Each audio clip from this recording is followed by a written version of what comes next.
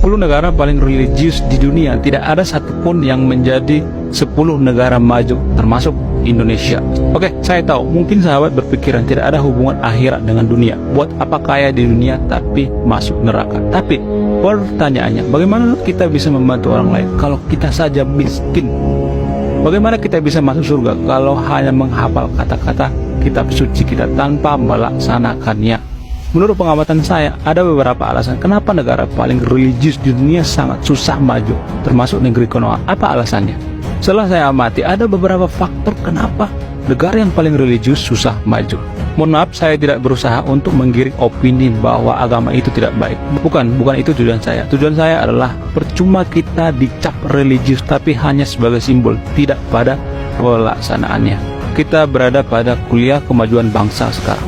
Salah satu alasan kenapa negara yang paling religius susah maju adalah, alasan yang pertama adalah terlalu banyak menghafal tanpa satu pun dipraktekkan. Jadi otak kita itu dibanjiri kata-kata hafalan seperti kebersihan adalah bagian dari iman, padahal buang sampah sembarangan. Saya tidak asal nyablak ngomong seperti ini, tapi ini fakta. Karena 10 negara yang paling kotor di dunia itu seperti Bangladesh, Pakistan, Afghanistan, Oman, dan di urutan ke-9 ada negara Indonesia. Sekali lagi, di urutan ke-9 negara paling kotor di dunia ada Indonesia. Kenapa kebersihan suatu negara sangat berpengaruh terhadap kemajuan suatu negara? Apa coba jawabannya? Sahabat, ada yang tahu nggak? Tentu saja jawabannya adalah menjadi negara kotor itu maka turis-turis akan berkurang. Buktinya Indonesia masih jauh kalah dari Thailand dalam masalah urusan kepariwisataan. Salah satu alasan kenapa pariwisata kita tidak berkembang, alasannya adalah karena tempat wisata kita kotor. Kita tidak perlu bantah ini, daripada sibuk membantah lebih baik kita introspeksi diri. Bener nggak?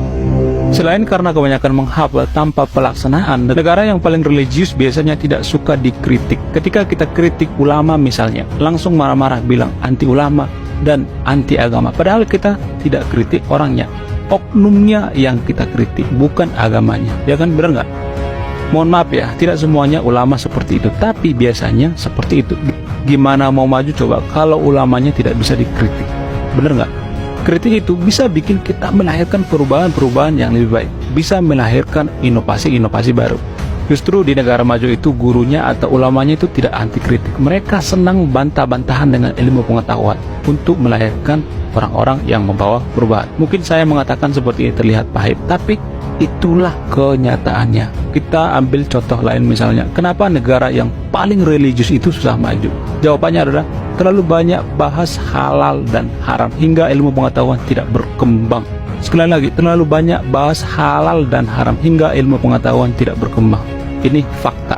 Berdasarkan penelitian, hanya satu universitas di Turki dari ribuan universitas di dunia yang memberikan sumbangsih kemajuan teknologi dalam negara yang paling religius di dunia. Bahkan di Indonesia saja, 10 sekolah terbaik di Indonesia itu jarang yang ada unsur religiusnya. Mohon maaf ya, saya tidak berusaha untuk menggiring opini bahwa agama itu tidak baik. Bukan itu tujuan saya. Tujuan saya adalah percuma kita dicap negara religius tapi sebagai simbol, tidak pada pelaksanaannya. Pendidikan kita tertinggal 100 tahun dari negara maju. Di sini bukan sistem pendidikan kita yang tinggal ya, tapi kualitas guru-guru kita yang tertinggal.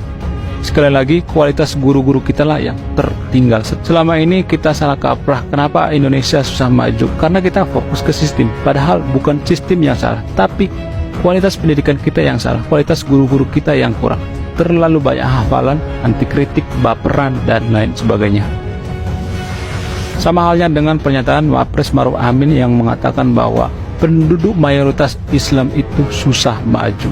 Kenapa bisa seperti ini? Itu tadi faktanya, terlalu banyak menghafal tanpa pelaksanaan, ulama yang baperan, tidak mau dikritik, terlalu banyak bahas halal dan haram. Menurut sahabat gimana? Semoga dengan adanya video ini bikin satu orang saja sehari bisa maju. Salam sehat dan salam profit.